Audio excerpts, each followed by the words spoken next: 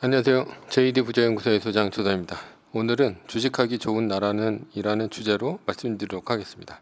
2020년 10월 21일 수요일 시황입니다. 뉴욕 마켓워치 다시 높아진 부양 기대, 주가 올라가고 국채 떨어지고 달러 혼조라는 이제 기사가 있는데요. 어제 나스닥이 0.33% 올랐고요. S&P 500은 0.47, 다우는 0.4% 올랐습니다. 많이 오르지도 않고 떨어지지도 않았습니다. 시장은 이제 부양책 통과라는 기대는 하지만 크게 기대는 하지 않는 그런 모양새고요. 그러니까 이제 증시도 뜨뜻미지근하게 가고 있습니다. 다만 오늘부터 IT 주식의 실적 장세가 펼쳐지고 있으니 개별 주식은 어닝 서프라이즈냐 쇼크냐에 따라서 주가가 형성될 것으로 보입니다. 미국 부양책 합의 기대감 껑충, 백악관 민주당 낙관적 한 목소리라는 이제 기사가 있는데요. 보시면 이제 미국 민주당과 백악관이 벌이고 있는 추가 부양책 협상과 관련해서 모두 합의에 가까워졌다라고 이제 결과를 낙관했습니다. 근데 낙관을 했으면 주가가 이렇게 지지부진할 리가 없죠. 예, 엄청나게 올랐어야 정상입니다. 백악관이 기존보다 부양책 규모를 더 늘려서 민주당에 제시한 덕분이다. 이에 따라 내달 3일 대통령 선거 이전에 부양책이 시행될 수 있다는 기대감도 부쩍 커졌다라는 건데요. 대선 이전에 이제 부양책이 통과가 될까라는 건데 트럼프는 이제 낸시 펠로시 하원 의장의 말에 맞장구를 치면서 1조 9천억 얘기를 하고 있습니다. 민주당 원안인 2조 2천억 달러는 한 3천억 달러 정도밖에 차이가 안 나는데요.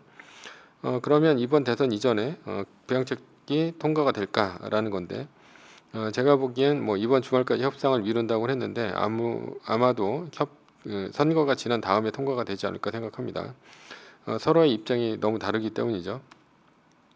자, 첫 번째는 이제 공화당이 장악한 상황입니다. 일단 민주당은 2조 2천억 달러를 밀어서 이제 납부할 것이 없습니다. 만약 통과가 되면 선거에 좋은 영향을 미칠 거고요. 그러나 안 된다 하더라도 경기 부양책 통과에 소극적이었는지를 이제 공격을 해버리면 뭐 민주당은 표를 확실히 갖고 올 수가 있죠. 그러니까 만약에 경기 부양책 통과가 안 됐다, 뭐 이런 거를 이제 예를 들어서 뭐 민주당이나 뭐 이런 쪽, 그러니까 공화당의 상원 때문에 안 됐다라고 이제 이렇게 얘기를 하면서 공격을 하면 뭐 민주당으로서는 이제 나쁠 게 전혀 없습니다. 그러나 이제 공화당 상원이 주장하는 5천억 달러는 합의하지 않을 것입니다. 왜냐하면 이것이 통과되면 공화당 승리가 되기 때문이죠. 만약 2조 2천억 달러를 밀고 있는 민주당이 5천억 달러를 이제 통과를 시키면 공화당이 원하는 그림에 이제 놀아준 꼴밖에 안 됩니다. 공화당이 5천억 달러를 통과시켜 놓고 노는 것보다는 일하는 것이 더 많이 벌 수 있게 한다면, 그러니까 뭐 공화당 같은 경우는 실업급여를 놀 때보다는 그러니까 실업급여 받는 게 일할 때보다 더 적게 돈을 주는 거죠. 근데 민주당은 이제 그거보다 훨씬 더 많이 줘야 된다. 그래야지 사람들이 밖으로 안 나오고 코로나가 퍼지지 않을 것이다라는 이제 그런 차원인데 공화당 상원에서 밀고 있는 거는 오히려 실업급여보다 더 적게 주는 거죠. 그리고 이제 기업 친화적인 뭐 그런 식이 되는 건데 그렇게 된다면 공화당이 나쁠 이유가 없는 거죠. 만약에 그게 5천억 달러가 통과가 된다면. 그런데 만약에 이게 통과가 됐는데 공화당 상원이 민주당 법안 통과를 선거 이후로 밀어버리면 공화당만 얻을 게 없고 민주당은 닥쳤던 개 되는 거죠. 예. 그러다 보니까 민주당은 무조건 2조 2천억 달러를 이제 밀어붙여야 되는 거고 공화당 상원은 5천억 달러 정도를 이제 밀고 나가야 되는 겁니다. 두 번째는 이제 민주당인데요. 이런 거를 모를 리가 없는 민주당은 2조 2천억 달러 모두 통과를 시켜야 된다고 그러는 거고 6천억 달러 정도를 주장하는 공화당 상원의 법안은 이제 말도 안 된다고 생각을 하겠죠. 그래서 2조 2천억 달러를 밀어붙이는 거고 돼도 그만 안 되고도 그만입니다. 왜냐하면 부양책 통과의 공은 이미 이제 상원으로 넘어갔죠. 2조 2천억 달러짜리 부양책은. 그래서 민주당은 지속적으로 빨리 표결에 붙이라고 이제 할 겁니다. 그러면서 이제 언론 플레이를 하겠죠. 만약 선거 전에 공화당 법안을 이제 상원에 올렸는데 민주당 법안 통과가 부결이라도 됐다라고 하면 증시는 엄청나게 떨어질 것이고요. 그리고 공화당 상원 잘못이라며 총공격을 할 것입니다. 그리고 이제 뭐 서민들한테 줄 돈인데 니네들이 왜 부결시켰냐 뭐 이러면서 선거에서도 유리한 입장을 잡게 되겠죠. 그러니까 공화당이 장악한 상원은 민주당 법안을 표결에 붙일 이유가 없습니다. 예. 그러니까 만약에 그 표결을 붙여서 이제 만약에 부결이 돼도 이제 부담이고요. 만약에 통과가 돼도 부담이죠. 예, 통과가 되면 뭐 최악이 되는 거죠. 아마도 이제 그 공화당 쪽의 지지자들이 완전히 등을 이제 돌릴 것이죠. 예. 그래서 이제 법안을 상원에서는 뭐 11월 3일 이후로 이제 미루려고 할 겁니다. 세 번째 이제 트럼프 행정부인데요. 트럼프 행정부는 이제 한술 더 뜹니다. 도널드 트럼프 미 대통령은 민주당이 원하는 것보다 더 큰 규모의 보양책을 원한다라고 이제 거듭 강조하면서 기대감을 한참 높였는데, 다만 공화당이 반대하고 있다. 백악관과 민주당 역시 큰 이견이 남아 있다고 밝히면서 결과를 속단하게 이른 상황이다. 트럼프도 선거를 해야 됩니다. 따라서 자신이 법안 통과가 안 된 주역이라고 이제 프레임을 씌워지면 자신의 지지층인 저소득 백인 노동자의 분노를 살 것입니다. 그러니까 더 큰 규모의 부양책을 원한다. 뭐 이러면서 이제 이빨을 털고 있는 거죠. 트럼프는 당연히 그렇게 해야 됩니다. 그러면 결국 공은 어디로 가냐? 공화당이 장악한 상원으로 갈 텐데, 공화당 상원은 선거를 앞두고 이 법안을 통과시켜 줄 리가 없습니다. 네. 통과시켜줘도 통과시켜주지 않아도 둘 다 이제 최악입니다. 예. 그러니까 질질 끄는 게 최선이다라는 거죠. 그래서 이제 맥코넬 공화당 상원 원내대표는 이날 상원 오찬에서 트럼프 행정부가 선거를 앞두고 공화당을 분열시킬까 걱정된다며 선거 전 경기 부양책에 합의하지 못할 것이라고 말했다.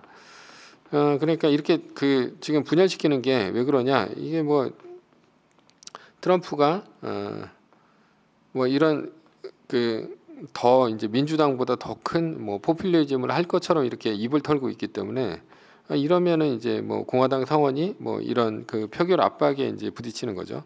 그러면서 이제 안 좋다라는 겁니다. 예.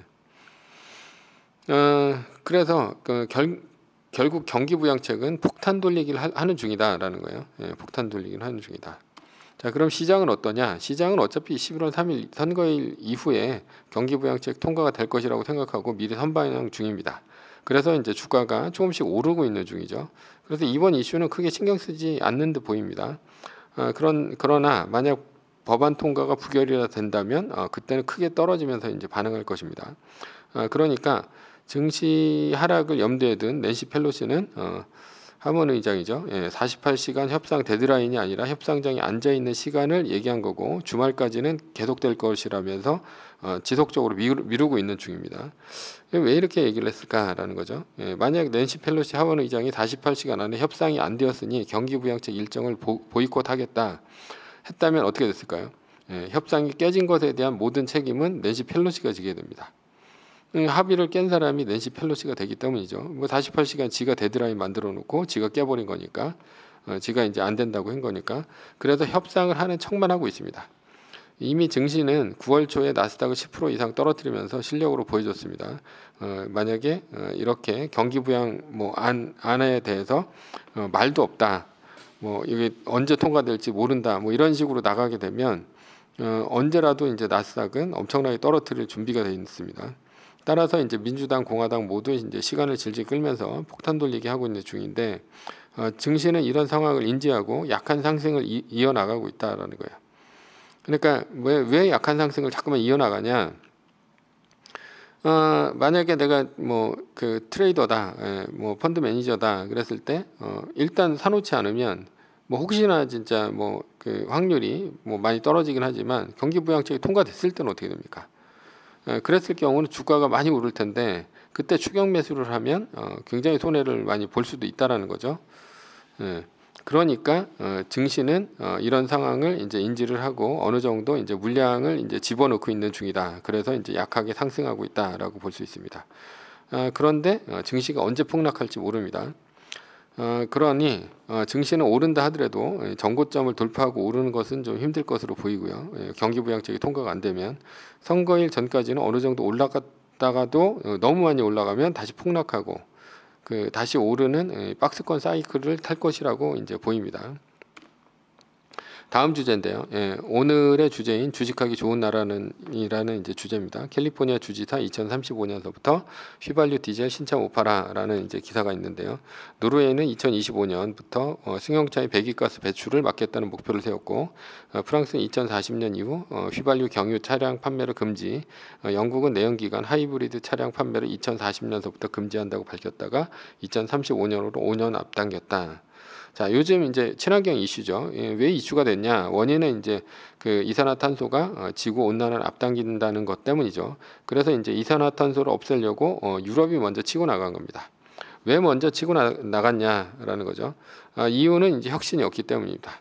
그 레이건 대처의 교훈이라는 이제 뭐 기사가 있는데요. 레이건은 관제사들이 자신을 지지한 세력이라는데 구애받지 않고, 그는 군용 비행장에 관제사들을 동원해서 자가용 비행기의 운항을 제한해 급한 불을 끄면서 48시간 안에 직장에 복귀하자는 관제사들을 해고하겠다는 최후 통첩을 냈고, 관제사들은 레이건이 자기들을 해고하지 못할 것이라고 자만했는데, 레이건은 48시간 후에 11,500명의 관제사들을 해고를 단행했다.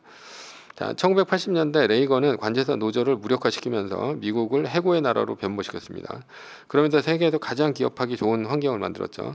이번 코로나도 보면 뭐 실업률이 뭐 거의 한 25%까지 수직 상승하는 게 왜 그랬냐? 그냥 해고가 자유롭기 때문에 다 해고를 해버린 거였기 때문입니다.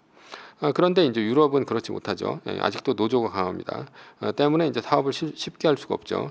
그리고 IT 기업은 더더욱 하기가 힘들죠. 왜냐하면 이제 IT 기업의 뭐 대부분은 이제 뭐 실리콘밸리로 이제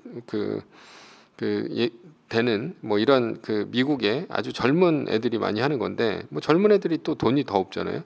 근데 이제 해고를 못하게 만들어 버리면 뭐 이런 구조조정 같은 걸 못하게 되고, 구조조정이 안 되니까 차라리 안 차리거나 차라리 미국에 가서 차리게 되는 거죠. 따라서 미국의 IT 기업이 유럽을 장악하게 됩니다. 그래서 검색 엔진은 구글이 독점하고 애플이 구글과 함께 스마트폰 생태계를 독점을 했죠. 유럽이 잘하는 것은 기껏해야 이제 자동차 산업 같은 이제 그 전통 제조업입니다. 그런데 제조업도 EU가 통합이 되면서 독일 공장이 체코 등 인근 나라로 이전을 했죠. 왜냐하면 체코 임금이 독일의 4분의 1 정도밖에 안 됐기 때문이죠. 그래서 유럽은 성장이 없습니다. 성장이 없으니까 유럽 차원에서 성장률을 끌어올리려고 밀고 나가는 것이 친환경이죠. 그러니까 친환경을 왜 하냐? 이렇게 하면 뭐 완전히 바꿔야 되잖아요. 뭐 자동차 다 없애고, 그러니까 휘발유 차, 뭐 경유차 이런 거 다 없애고, 그 전기차라든가, 뭐 수소차라든가 이런 걸로 바꿔야 되는 거죠. 그런데 친환경을 장악하고 있는 기업이 어디냐라고 봤을 때, 이게 이제 전기차는 테슬라가 만들고요, 수소차는 현대차나 이제 도요타가 만들고, 배터리는 LG화학, 중국의 뭐 CATL이나 아니면 뭐 비아디, 뭐 이렇게 삼성 뭐 이런 기업들이 만들고 있죠. 그러니까 오히려 동아시아나 미국이 이 시장을 먹게 생겼다라는 거야. 내연기관이 강한데 유럽이 이런 내연기관은 유럽 스스로 없애버리려고 하는 겁니다. 이러니 유럽의 주가가 오를 리가 없죠. 오히려 이제 비용이 더 늘어나니. 그래서 제조업이나 여행산업 등만 있는데, 이 제조업하고 여행산업이 코로나 때문에 쥐약입니다. 그래서 영국, 프랑스, 독일 뭐 이런 데 주가는요, 코로나 이전보다 더 떨어져서 전고점 돌파도 못하고 있는 실정이고요. 독일만 이제 전고점 근처까지 가긴 했는데, 영국이나 프랑스는 거의 반토막 나 있는 상태예요. 자, 이에 비해서 미국, 한국, 중국은 전고점 돌파 후 상승하고 있다는 거죠. 그러나 국가 차원에서 상승을 일으키는 것은 한계가 있습니다. 그리고 이제 유럽의 기업은 친환경 이슈에 적응도 못하고 있습니다. 따라서 미국, 한국, 중국 등이 앞으로 이제 친환경 테마에도 잘 적응할 거다, 이렇게 보이죠. 그런데 친환경 테마에서도 가장 중요한 게 뭐냐라고 했을 때, 그게 뭐냐면 바로 플랫폼입니다. 자, 이번에 이제 구글이 게임 이외에 30% 수수료를 내년서부터 먹이기로 했죠. 구글이 내년서부터 모든 앱 수수료 30% 강제, 소비자 부담 늘어난다라는 이제 기사가 있는데요. 이게 구글이 기존 앱을 내년 10월 1일서부터 새로 구글 플레이 등록하는 앱은 1월 20일부터 인앱 수수료 30%를 의무한다. 뭐 이러니까 이제 한국에서 난리가 났죠. 뭐 이게 되냐? 이게 말도 안 된다. 그래서 공정거래위원회에서 조사한다. 뭐 이렇게 난리가 났는데, 자, 우리가 이제 생각을 한번 해보자고요. 한 기업의 영업이익률이 얼마나 될까라는 겁니다. 제조업일수록 경쟁이 심해서 10% 안 되는 것도 허다합니다. 뭐 한 5% 되는 것도 허다해요. 그런데 무려 결제액의 30%를 구글이 가져간다면 모든 영업이익을 구글이 가져간다는 거나 다름이 없습니다. 스마트폰 생태계는 구글의 안드로이드하고 애플의 iOS가 꽉 잡고 있어요. 그러다 보니까 이게 또 이제 온라인 매출까지 다 먹는다는 얘기가 있습니다. 왜냐하면 이게 그 온라인 게임을 하는 데 있어서도 게임 결제는 핸드폰으로 하는 경우가 굉장히 많거든요. 그러니까 뭐 PC로 들어가가지고 계좌 이체를 하거나 아니면 뭐 카드로 해가지고 결제를 하거나 이런 식보다는 핸드폰 안에서 결제를 하는 게 많은데, 핸드폰 안에서 결제를 해버리면 이것도 구글이나 애플이 다 먹는 30%를 다 먹는 구조가 된다라는 거예요. 구글은 지금까지 이제 게임에만 그걸 적용을 했었는데 앞으로 이제 네이버에 이제 웹툰이라든가 이런 거에 그냥 다 들어가 버리는 거예요. 그러면 이제 축 서서 개 주는 꼴이 되는 거죠. 앞으로 이제 친환경 차로 바뀌면, 자, 전기차, 수소차로 바뀔 텐데 지금 이제 휘발유 차에서도 이제 전장화가 진행되고 있습니다. 전장화가 뭐냐? 이제 전자기기화가 되는 거죠. 예전에는 전부 이제 뭐 바늘이나 아니면 다이얼 형태였다면 그 자동차가 지금은 스마트폰처럼 전부 터치 패널이나 이런 패널식으로 이제 된다는 얘기고, 이렇게 패널식으로 된다는 얘기는 가전제품이 된다, 이런 얘기입니다. 삼성전자가 애플보다 시가총액이 7분의 1인 이유가 뭐냐? 이게 이제 플랫폼이 없기 때문이죠. 한번 팔아먹고 땡입니다. 근데 애플은 싸게 팔아서 많이 깔아놓고 그런 다음에 거기에서 나오는 생태계에만 장악을 한다 하더라도 애플이 어마어마하게 돈을 버는 그런 구조가 됩니다. 따라서 앞으로 전기차, 수소차 등 뭐 이런 것들이 나온다 하더라도 누가 자동차의 플랫폼을 장악할 것이냐, 에 따라서 새로 바뀌는 친환경의 강자가 나타날 것이라는 얘기죠. 아무래도 이제 앞서는 것은 테슬라를 비롯한 미국의 IT 기업이 아닐까, 이렇게 보이는 거죠. 그래서 뭐 그 테슬라 진영과 테슬라의 아닌 것은 또 이제 엔비디아 쪽이 되는 거고, 자동차는 이제 전기차가 되겠지만 결국 자율주행이 핵심 될 거고요. 그러니까 이제 자율주행이 앞서는 테슬라, 구글, 뭐 엔비디아 이런 기업들이 핵심 기업이 될 거고, 그리고 이제 배터리를 만들거나 자동차를 만드는 기업은 결국 애플이 아닌 플랫폼이 없는 삼성전자처럼 이제 될 겁니다. 뭐 그렇다고 이제 한국이나 중국이 뭐 아주 안 좋다는 건 아니에요. 그래도 유럽보다는 이제 상황이 좋습니다. 결론은 주식하기 좋은 나라는 미국이다라는 거고, 결국 승자는 미국의 빅테크 기업이 될 것이다라는 겁니다. 자, 뭐 매뉴얼은 2020년 9월 23일 마이너스 3%가 떴으니까 뭐 마이너스 3%가 10월 24일까지 한 달 플러스 1일이니까 안 뜨면 1등 주식을 사면 됩니다. 24일이 이제 토요일이니까 27일 화요일 새벽이죠. 한국 시간으로. 그때까지 마이너스 3%가 안 뜨면 주식을 사면 됩니다. 8거래일 상승 후에도 마이너스 3% 위기가 끝났다고 보면 되고요. 위의 상황은 매뉴얼일 뿐입니다. 따를 사람은 따르고 참고할 사람은 참고하시면 됩니다.